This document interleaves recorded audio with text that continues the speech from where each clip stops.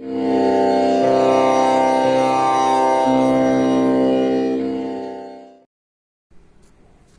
students, very good morning to you. So today we discuss about the chapter complex numbers, right? So complex numbers. Actually, complex numbers is the extension of the real numbers.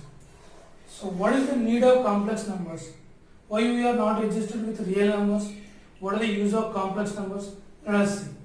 So you know that natural numbers is 1, 2, 3, 4 and so on. Whole numbers starting from 0, 1, 2, 3, 4 and so on. So integers z or I.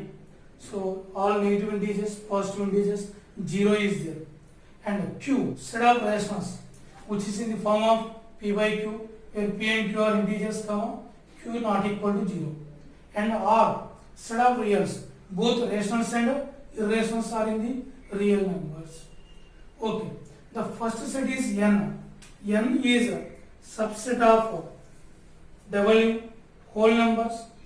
Whole numbers is subset of integers. Integers is subset of rationals. Rationals is subset of reals. Now the real numbers is subset of the complex numbers. Let us see that one. First thing, what is the need of complex numbers? First see this one. So x plus 1 equal to 2. What is the solution of this equation? X equal to 1. That means this equation is solvable in natural numbers. Solvable in n. This equation is solvable in n. Now what is this equation? X plus 2 equal to 1. X plus 2 equal to 1. What is that implies? X equal to minus 1. Minus 1 does not belong to the natural numbers. What is this means? Is not solvable.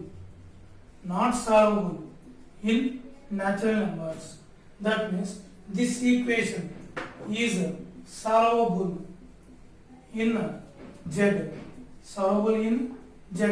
That means integers. So x equal to minus 1, which belongs to the integers.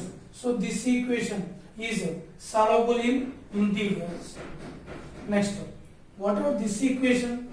2x equal to 3. 2x equal to 3. What is that implies?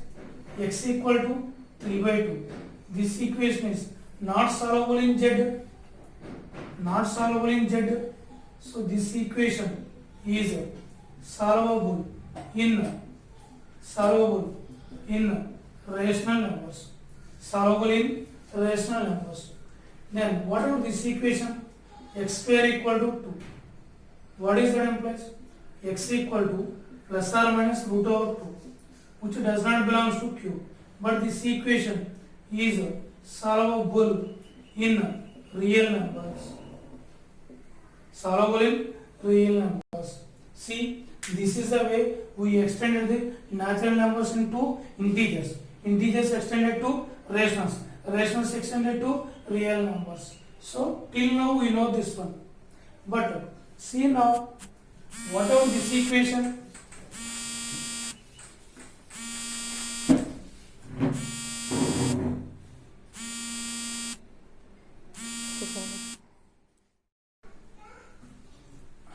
Right friends. Now see, this equation is solvable in R. Now what about this equation? X square plus 1 equal to 0. X square plus 1 equal to 0. What is that implies? X square equal to minus 1. This equation is not solvable in R. Is not solvable in R. What is that means? There is no real number. There is no real number satisfying that equation.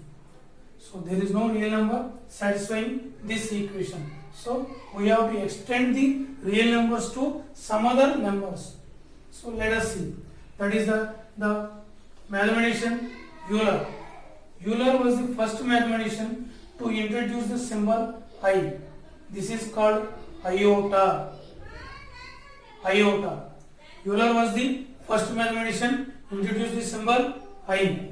So that is the iota. Such such that I square equal to minus 1. So this is the way we got I. I square equal to minus 1. Now let us see what are the complex numbers. Integral powers of I. What is I power 1? I square.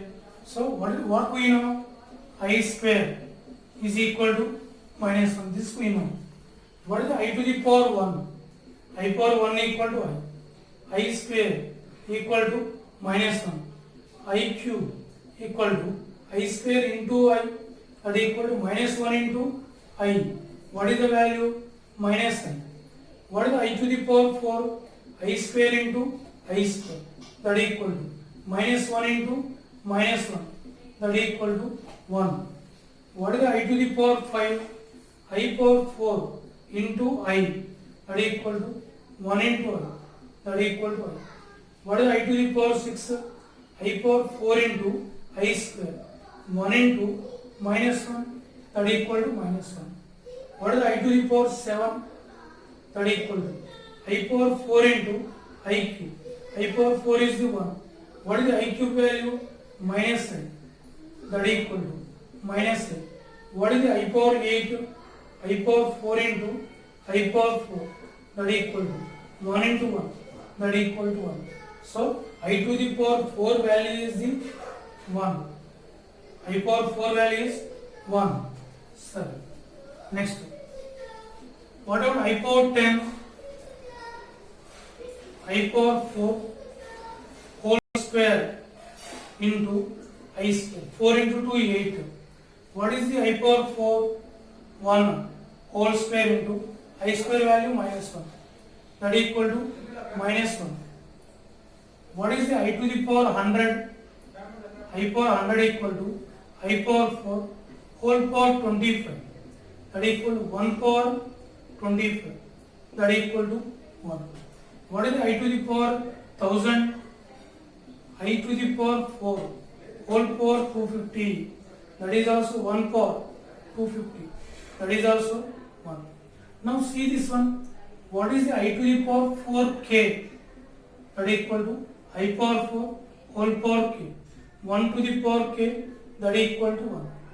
I to the power 4k plus 1, that equal to I power 4k into I power 4k is 1, 1 into I, like that.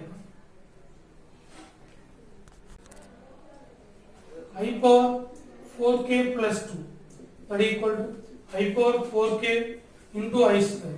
What is I power 4k? 1. 1 into I square minus 1, that equal to minus 1.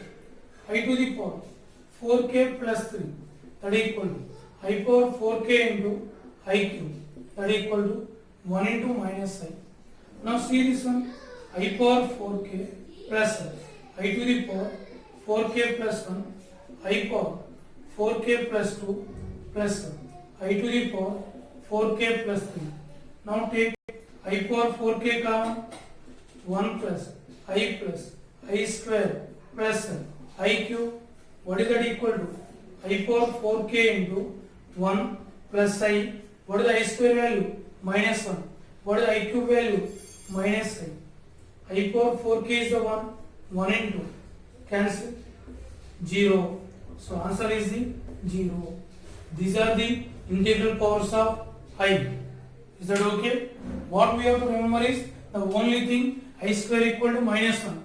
I to the power 4 equal to 1. I power 4. Whatever the value they given, write in terms of 4. Multiples of 4. Okay? Alright. Now see this one.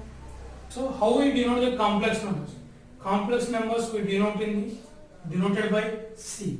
That equal to set of all x plus iy such that x belongs to R, comma y belongs to R.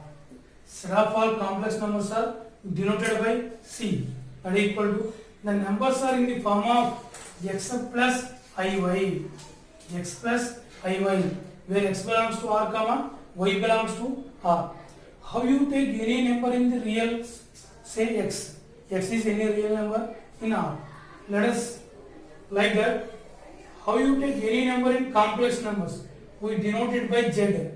Z equal to x plus iy. That is any number in the complex numbers. So this x is called real part of complex number. X is called real part of z. So x equal to real part Re of z. That is the real part of z. This y is called imaginary part of z.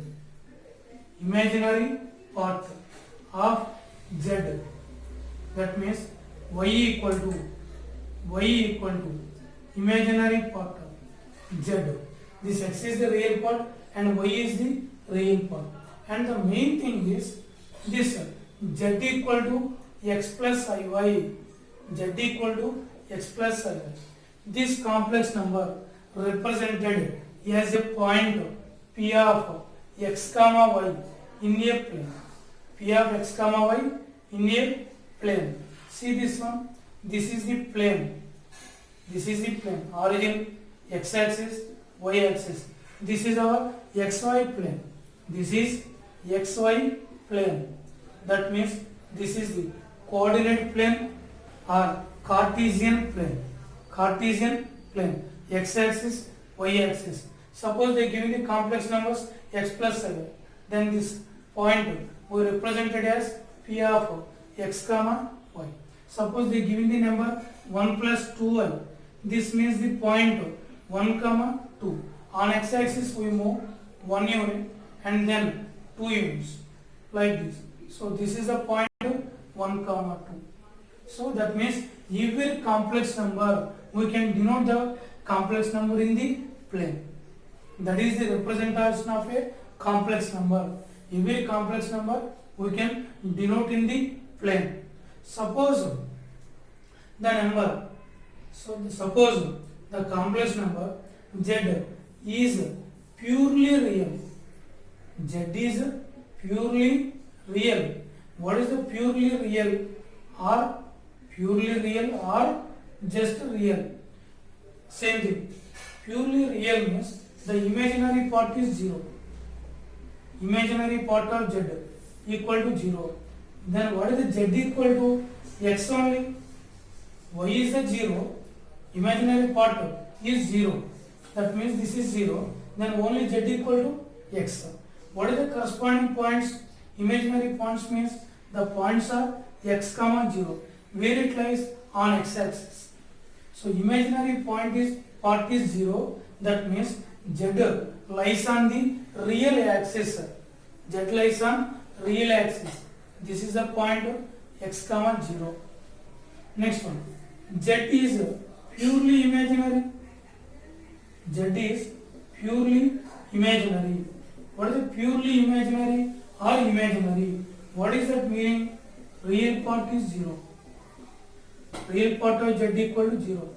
That implies x equal to 0. What is that implies? Z equal to iy. What is the such point? 0 comma 1. Such point is 0 comma 1. Where it lies? 0 comma y lies on the y axis. That means this x axis is called real axis. X axis is called real axis and this y axis is called imaginary axis. Imaginary axis. See this one. Imaginary part means y only, not iy. Not iy. That is the form of the complex number. X plus iy, a plus ib, alpha plus I beta. Those are the forms of complex number. X is the real part, y is the only imaginary part. Imaginary part 0 means y 0. Then z equal to x. Lies on x axis. X 0, z equal to iy. That lies on y axis. That means imaginary axis. So every complex number can be put in the plane. So this plane, now onwards, this plane, xy plane, is also called as complex plane. Is also called as complex plane. Complex plane. And this complex plane is also called Argand plane. By the scientist name Argand, we call this as Argand plane, or sometimes we call this as the Gaussian plane. So these are the different notations for complex plane. Usually we call it as the xy plane, we call it as complex plane, and by some names of the scientists we call this as the Argand plane or Gaussian plane. Okay, this is the representation of a complex number in a plane.